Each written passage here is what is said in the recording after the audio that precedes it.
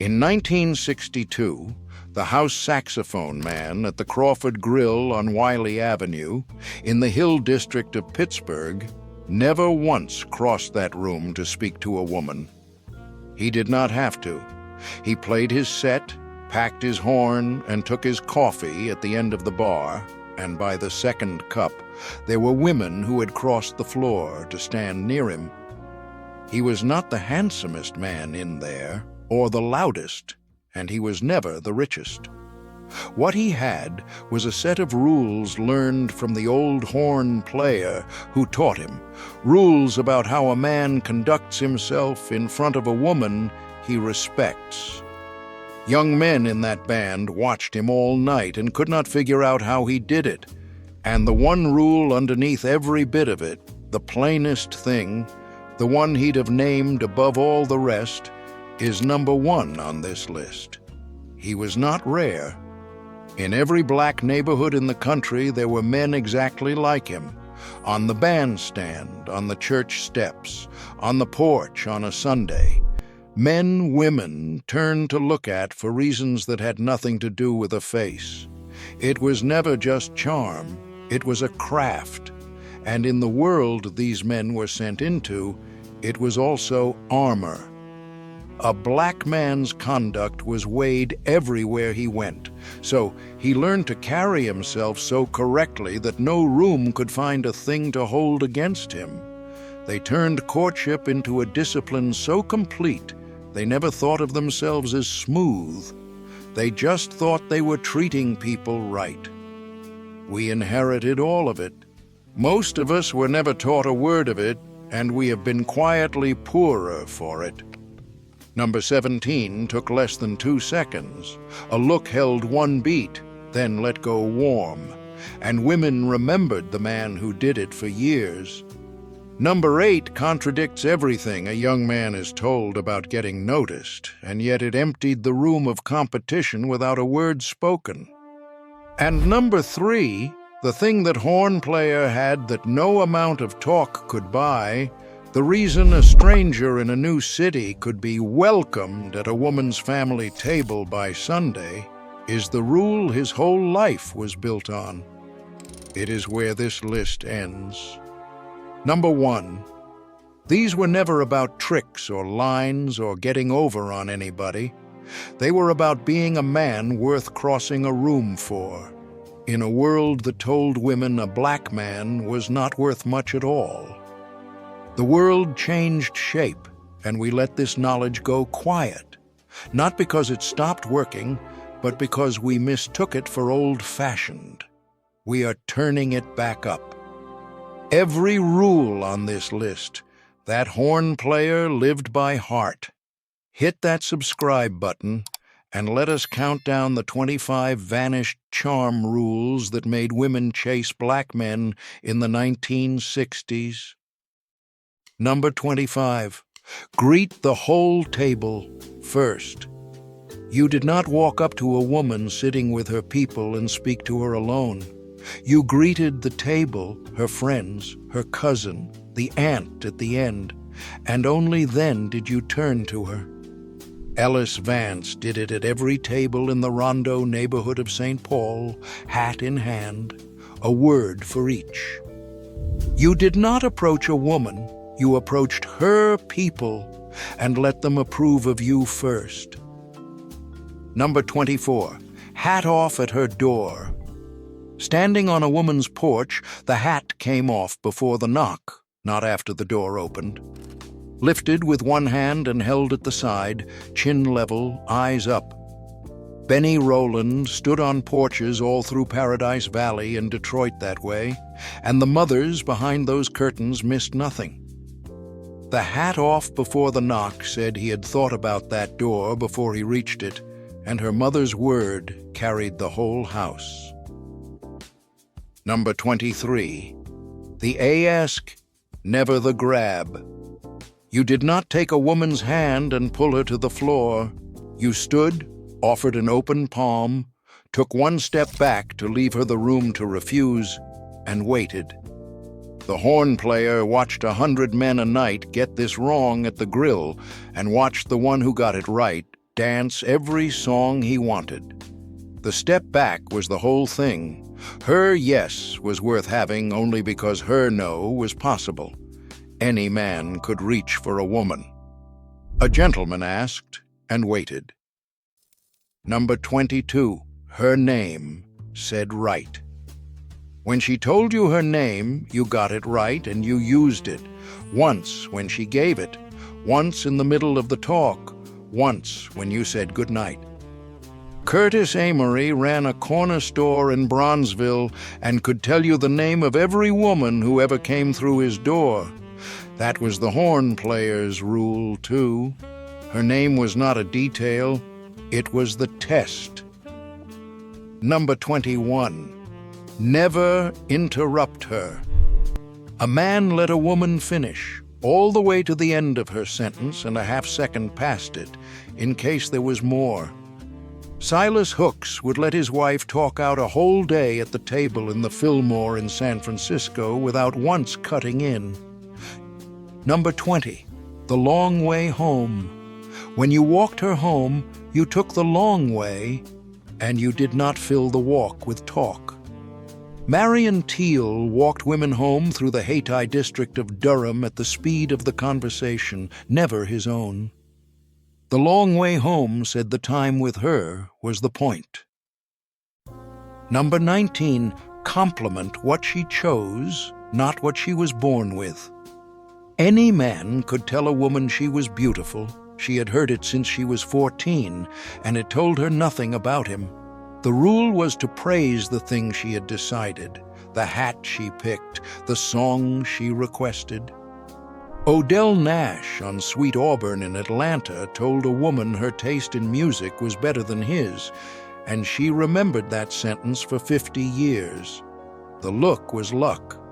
Her choices were her, and the man who saw the difference stood out from every man in the room. Number 18, the coat off his back.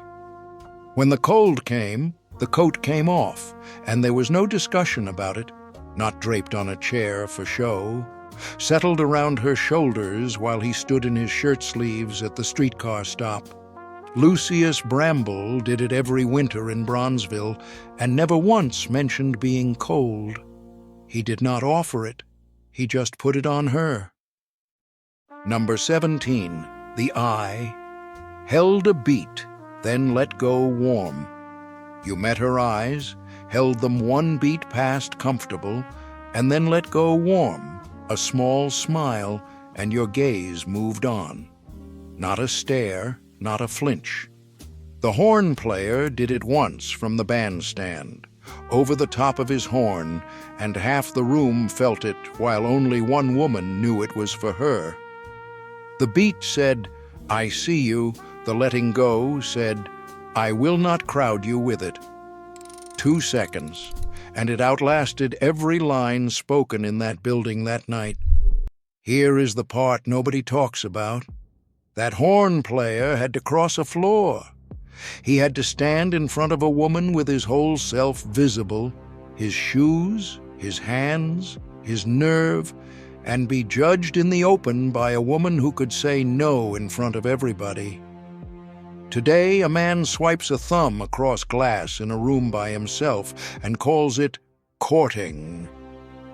We took the hardest, most human thing a young man could do and made it cost nothing. What those rooms did was force a man to become someone before he was ever chosen. There was no version of this he could do from a chair, alone. He had to walk over. He had to be worth the walk. Before we go on, I made something special for you. A guide for men who still believe a good name and quiet dignity carry weight, the way our fathers and grandfathers did. It's the Black Gentleman's Code, the forgotten rules black men once lived by. But this knowledge is disappearing, and once it's gone for good. So don't spend another year being the man people overlook. Scan the QR code on your screen or click the link below. Go ahead, I'll be right here waiting. Number 16, face the family. You met her people early, on purpose, before you were asked.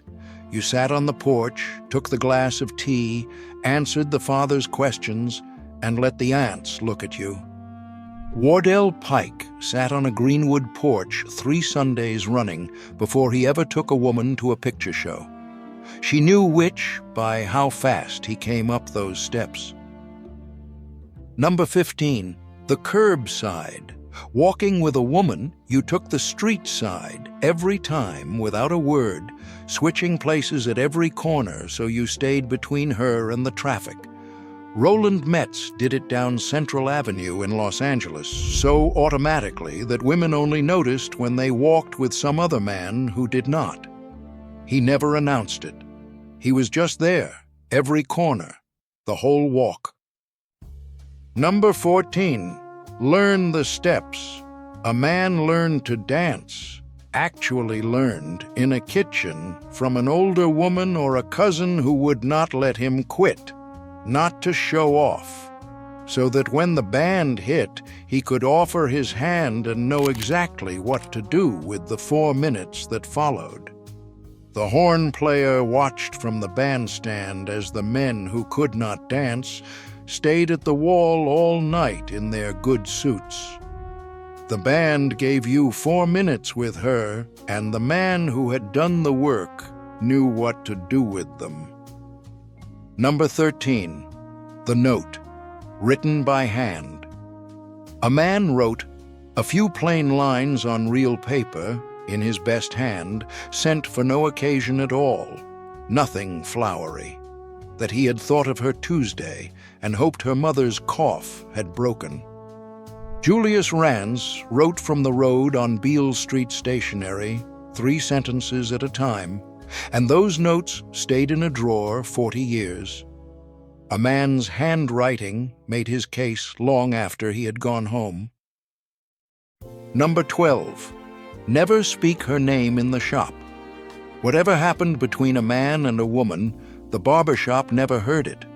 Not a hint, not a grin, not a name. Amos Kittredge sat through every kind of talk on Farish Street in Jackson and never contributed a word about the woman he was seeing. The horn player was the same, 30 years in a nightclub, and no one ever heard him name a woman. Women knew which men could not hold a name because it always got back. Discretion was not shyness, it was proof. Number 11, wait till the light came on. You walked her to the door, and you did not leave. You stood at the bottom of the steps until she was in, the door shut, and the front room light came on behind the curtain. Then you went. Cleveland Dobbs did it on every porch in the Ville in St. Louis, hat in hand, waiting on that light. She saw him through the glass, still standing there. That was the part she told her sister about. Number 10, bring something small. A man did not arrive at a door empty-handed, not something expensive, something thought about. A paper of peppermints for the grandmother. The newspaper off the porch, handed over folded. A single flower cut from somebody's yard. Junius Ray came to a Hill District porch every Sunday with something in his hand worth less than a quarter, and was welcome in that house for 30 years. The gift was not the point. Having thought of them before he left his own house was... Number 9, ask what she thinks and wait. A man asked a woman her opinion on a real thing, and then he was quiet long enough to hear all of it. Not the polite question, the real one, about the news, about the preacher, about him. The horn player asked women what they thought of the band's second set, then stood there and listened to the whole answer. The question was free. The waiting was the gift. Here is the part of his story we have been circling. That horn player did not start on the bandstand. He started carrying another man's cases into the Crawford Grill through the back door. A boy watching the old horn player run his nights, watching him take his coffee at the end of the bar, watching him never once chase, watching women cross that floor to him year after year. He watched for a long time before anyone let him play a set. And the night the old man handed him the last number and stepped off into the dark at the side of the stage, the boy understood he was not being given a chair in a band. He was being handed a room, a code, and a line of men who had carried themselves this way, going back further than either could name. He would play that room 30 years, the way it had been played for him. And the one rule the old man taught him first, with a case in each hand, is still coming. It is number 1. Number 8. Let the loud man have the room. Everything tells a young man to be noticed, be the funniest, the loudest, get the table laughing. These men knew the opposite emptied the field. You let the loud man work. You stayed easy, said little, and let a room full of noise make the quiet man interesting.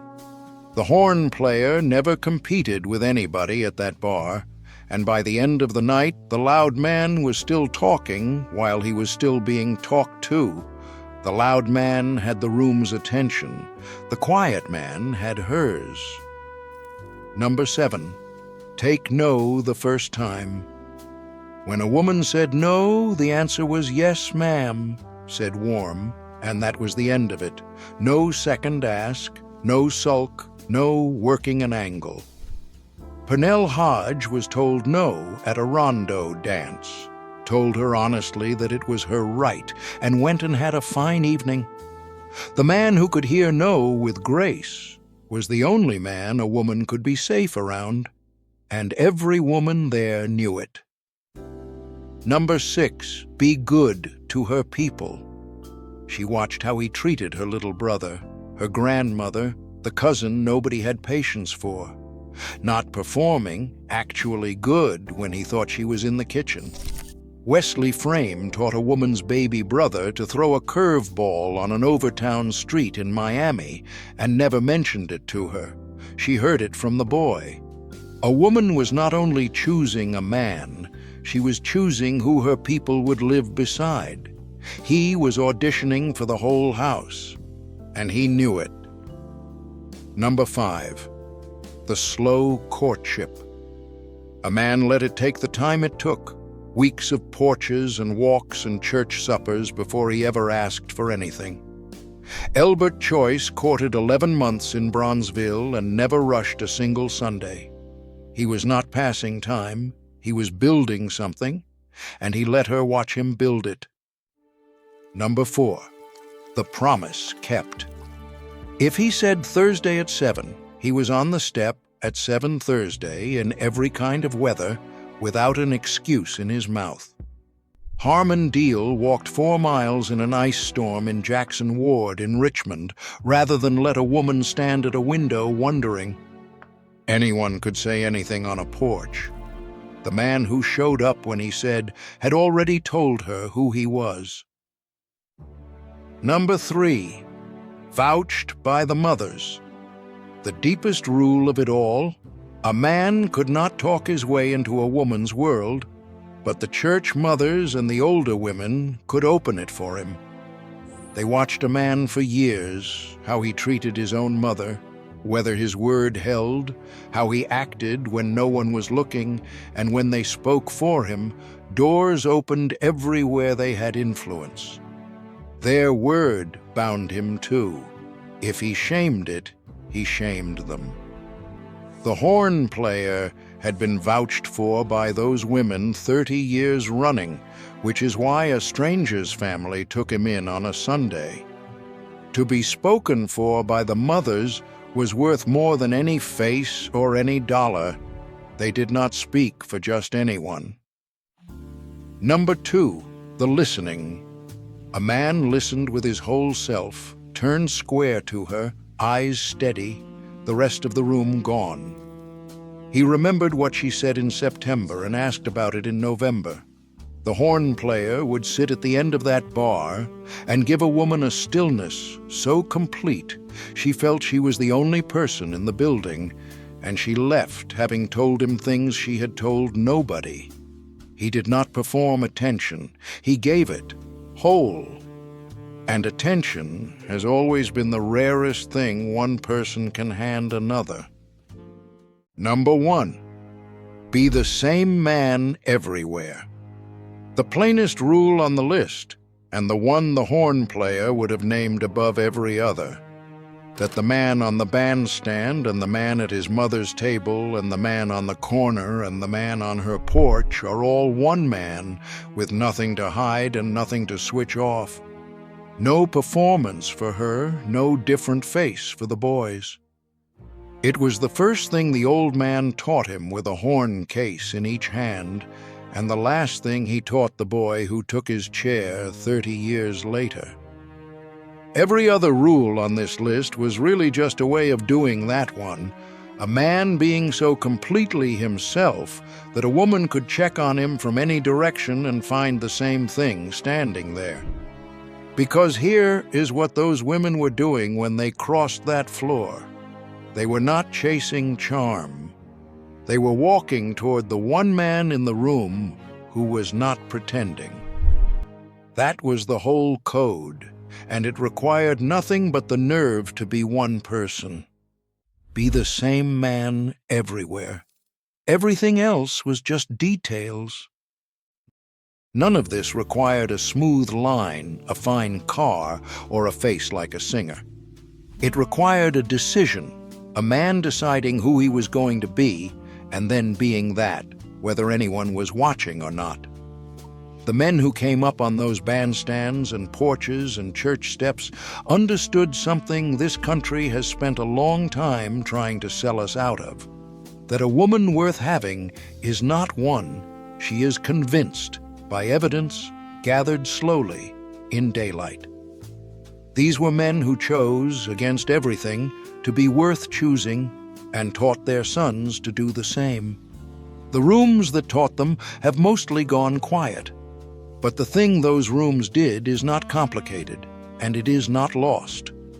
Somewhere, a man is still sitting at the end of a bar, not chasing anybody, being exactly who he says he is, and somebody is crossing the room.